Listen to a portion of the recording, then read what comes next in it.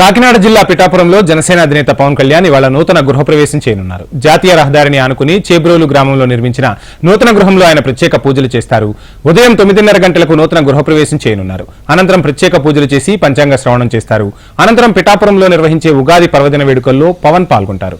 తర్వాత పిఠాపురం ముఖ్య నేతలతో సమావేశమవుతారు జనసేనాని.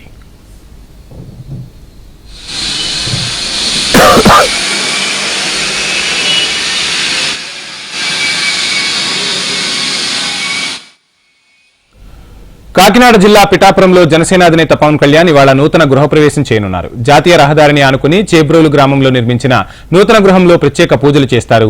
ఉదయం 9:30 గంటలకు నూతన గృహప్రవేశం చేస్తారు. అనంతరం ప్రత్యేక పూజలు చేసి పంచాంగ శ్రవణం చేస్తారు. అనంతరం పిఠాపురంలో నిర్వహించే ఉగాది పర్వదిన వేడుకల్లో పవన్ కళ్యాణ్ పాల్గొంటారు. పిఠాపురం ముఖ్య నేతలతో సమావేశమవుతారు జనసేనాని.